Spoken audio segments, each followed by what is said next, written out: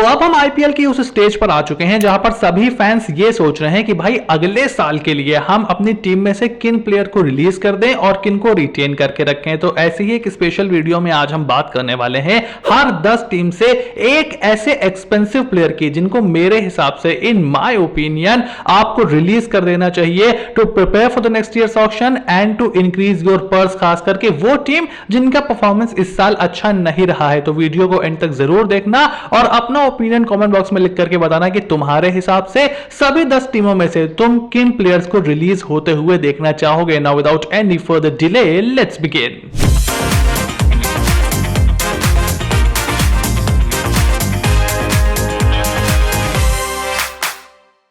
देखो, सबसे पहले इस वक्त पॉइंट्स टेबल में सबसे नीचे चल रही लखनऊ सुपर जायंट्स को अब शायद ऋषभ पंत से अलग होने का वक्त आ चुका है। ऋषभ पंत को आईपीएल की हिस्ट्री का सबसे एक्सपेंसिव प्लेयर बनाया था लखनऊ सुपर जायंट्स ने जब उनको 27 करोड़ में खरीदा था एलएसजी ने। लेकिन साल दर साल पिछले कई सालों से जब से वो एलएसजी के साथ जुड़े हैं उनका परफॉर्मेंस कुछ खास निकल करके नहीं आया है। और इस साल भी अगर आप ऋषभ पंत के स्टैट्स देखो तो कोई बहुत अच्छे नहीं है। महज 22 का एवरेज है, स्ट्राइक रेट 140 के नीचे है, कोई बहुत मैच विनिंग परफॉर्मेंस उन्होंने नहीं करी। और उसके साथ साथ कप्तानी जो उनकी कैप्टेंसी रही है वो भी बहुत ही ज्यादा बिलो एवरेज रही है। कोई भी स्ट्रॉन्ग स्ट्रेटेजी नहीं दिखाई दी, बैटिंग ऑर्डर लगातार शफल होता रहा।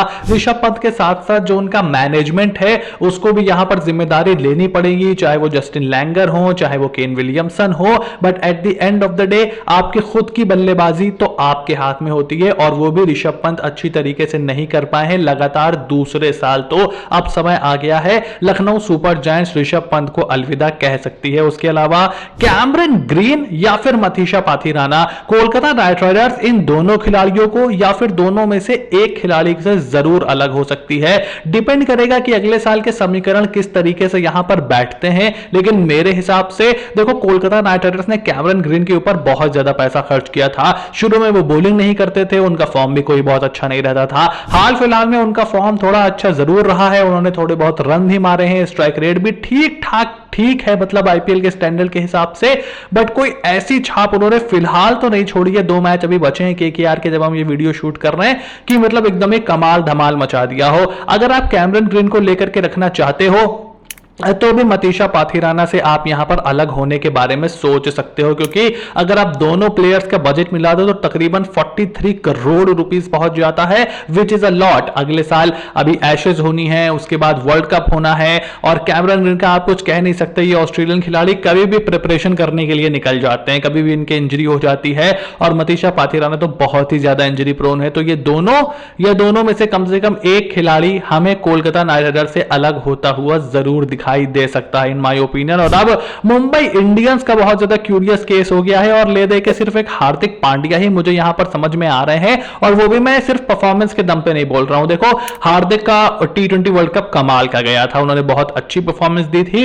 एक साल ऊपर नीचे आईपीएल में फॉर्म फिटनेस किसी का भी हो सकता है, कंसिडरिंग कि वो लगातार क्रिकेट खेल रहे थे आईपीएल से पहले, और उसके साथ साथ जिस तरीके से आईपीएल का शेड्यूल है कुछ भी हो सकता है, बहुत सारी रिस्पॉन्सिबिलिटीज हैं।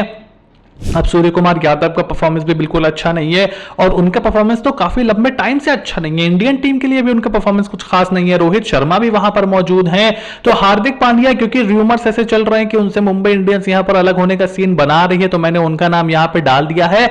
अदरवाइज सूर्य कुमार यादव या फिर रोहित शर्मा थोड़े ज्यादा बड़े कंटेंडर है मेरे हिसाब से। ऑल्दो आई डोंट थिंक कि इन तीनों में से ही कोई खिलाड़ी मुंबई इंडियंस से अलग होगा। अगर तो कोई अलग होगा तो वो हार्दिक पांड्या हो सकते हैं या फिर रोहित शर्मा रिटायरमेंट ले सकते हैं। उसके अलावा प्रशांत वीर, चेन्नई सुपर किंग्स ने एक अनकैप्ड खिलाड़ी के ऊपर 14 करोड़ 20 लाख रुपए खर्चे थे। उनके साथ कार्तिक शर्मा को भी अपनी टीम में शामिल किया था।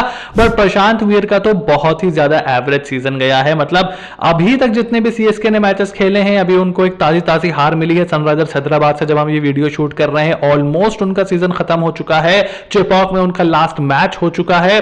कार्तिक शर्मा ने फिर भी मिडिल ऑर्डर में आकर के कुछ अपनी छाप छोड़ी है, बट प्रशांत वीर तो कुछ भी करने में कामयाब नहीं रहे। और मेरा बहुत ही अच्छा, मतलब काफी लंबे टाइम से ओपिनियन रहा है, अच्छा या बुरा तो आप लोग बताओगे, कि अनकैप प्लेयर के ऊपर ये 15-15 करोड़ रुपए खर्च करना is not worth it. I don't support it. I think it puts unnecessary limelight and pressure on them.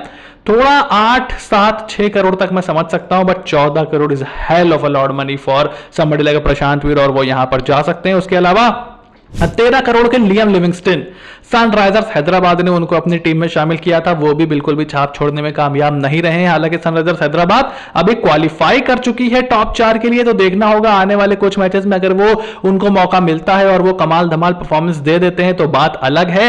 लेकिन फिलहाल उनका सीजन भी बहुत ही बिलो एवरेज रहा है और एक बहुत ही मोटा पर्स भी वो कमांड करते हैं, और उस तरीके से उनकी टीम में जगह भी नहीं बनती, क्योंकि Heinrich Klaasen, Travis Head, Pat Cummins तो आपके 3 ओवरसीज स्लॉट वैसे ही बुक कर देते हैं, तो लियम लिविंगस्टन भी यहां पर अलग हो सकते हैं। वहीं रॉयल चैलेंजर्स बेंगलुरु में भी कई ऐसे प्लेयर हैं जिनका लास्ट सीजन के मुकाबले इस सीजन जो परफॉर्मेंस है वो उस लेवल पर निकल करके नहीं आया है। इसमें आप जितेश शर्मा, जो कि उनके वाइस कैप्टन हैं, जिन्होंने कमाल की परफॉर्मेंस की थी लास्ट ईयर, उनका नाम भी देख सकते हो, और उनके star fast bowler Josh Hazlewood का नाम भी अनफॉर्चुनेटली इस लिस्ट में सवार है। उन्होंने इस सीजन 10 मैचेस खेले हैं, 12 विकेट जरूर उनके हाथ लगी है, लेकिन तकरीबन 10 की इकोनॉमी है और स्ट्राइक रेट 19.75 का है, और इन 12 विकेट्स में से 4 विकेट उनको एक मैच में ही मिल गया था। लेकिन ओवरऑल वो पूरा जो एक उनका जो कंट्रोल होता है, जिस तरीके से वो एक लाइन पकड़ करके बॉलिंग करते हैं, जिस तरीके से वो एक leader of the pace attack बनते हैं, वो एक ऑरा इस साल थोड़ा सा मिसिंग है। उसके साथ साथ ये जो इंजरीज का लफड़ा है ये भी जॉश हेजलवुड के साथ चल रहा है। वैसे बहुत ही मुश्किल है कंसिडरिंग कि आरसीबी इस साल भी टॉप 2 में पहुंचने वाली है। फाइनल्स में अगर वो पहुंचते हैं, अगर अपनी ट्रॉफी रिटेन कर लेते हैं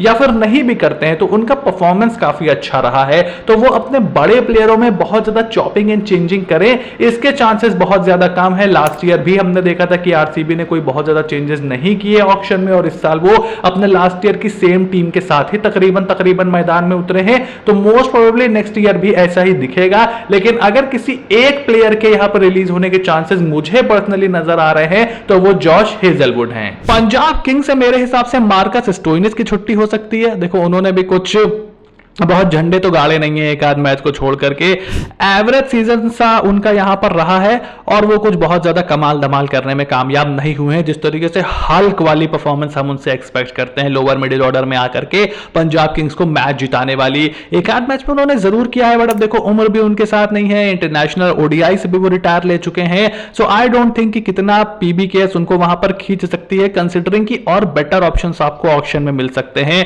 उसके अलावा राजस्थान रॉयल्स से यहां पर शिमरॉन हेटमायर हैं, उनको भी रिटेन किया गया था, काफी भरोसा जताया गया था, लेकिन बहुत ही बुरा सीजन, एक बुरे सपने की तरह यहां पर शिमरॉन हेटमायर का सीजन गुजरा है। और अब देखो तो ध्रुव जुरेल अगर आपके पास हैं, अगर आपके पास शुभम दुबे हैं जिन्होंने थोड़ी बहुत बल्लेबाजी की है, और सबसे बड़ी बात डोनोवन फरेरा जो कि लोअर ऑर्डर की प्रॉब्लम आपके सॉल्व करते हैं, तो आपको क्या शिमरॉन हेटमायर की उतनी ज्यादा जरूरत है इतने पैसे में? अगर आपको बहुत पसंद है तो आप ऑक्शन में उनकी तरफ दोबारा जा सकते हो, but at this point of time I don't think कि जरूरत है राजस्थान रॉयल्स को उनकी इतनी ज्यादा। उसके बाद दिल्ली कैपिटल्स ने यहां पर मुकेश कुमार को रिटेन किया था। हमें उम्मीद थी कि 2026 से पहले मुकेश कुमार को वो रिलीज कर देंगे, क्योंकि 8 करोड़ उनके ऊपर खर्च किए थे, बट इस साल उन्होंने उनको रिटेन कर लिया था। बट जिस तरीके की गेंदबाजी उन्होंने की है, मतलब बहुत ही बुरी गेंदबाजी है। अब वो Indian T20, Indian ODI, Indian test team के भी आसपास मुझे कहीं भी नहीं दिखाई दे रहे हैं, तो आई फील कि अब समय आ गया है कि दिल्ली कैपिटल्स उनसे भी यहां पर विदा ले सकती है। और उसके बाद एंड में गुजरात टाइटन से मुझे लगता है जेसन होल्डर की छुट्टी हो सकती है। 7 करोड़ में जेसन होल्डर को अपनी टीम में शामिल किया था यहां पर गुजरात टाइटंस ने, and I see absolutely no value जिस तरीके से वो बिट्स एंड पीसेस वाली परफॉर्मेंस दे रहे हैं। मतलब जब वो बल्लेबाजी करने आते हैं तो आपको ऐसा नहीं लगता कि गेंदबाजों के छक्के छुड़ा देंगे, जब वो गेंदबाजी करते हैं तो भी वो एक सपोर्टिंग बॉलर का रोल अदा करते हैं। तो आई फील उनकी जगह कोई बेटर ऑलराउंडर अगर आप अगले साल मिलता है तो आप उनको वहां पर देख सकते हो। हैविंग सेड दैट, इनमें से काफी सारे प्लेयर्स की टीम अभी भी प्लेऑफ में पहुंची है, तो वो कोई ऐसी मैच विनिंग, ऐसी कमाल की परफॉर्मेंस दे सकते हैं जिससे आपको लगे कि भाई इनको तो अगले साल के लिए रिटेन कर लेना चाहिए। तो अब आपका क्या ओपिनियन है इस पूरी लिस्ट पर, मुझे कमेंट बॉक्स में लिख करके जरूर बताओ। चैनल को सब्सक्राइब करो, नोटिफिकेशन की घंटी बजाना भी बिल्कुल ना भूलना, ताकि ऐसी कोई भी वीडियो तुमसे बिल्कुल भी मिस ना हो। Stay tuned and I will see you soon in the next video.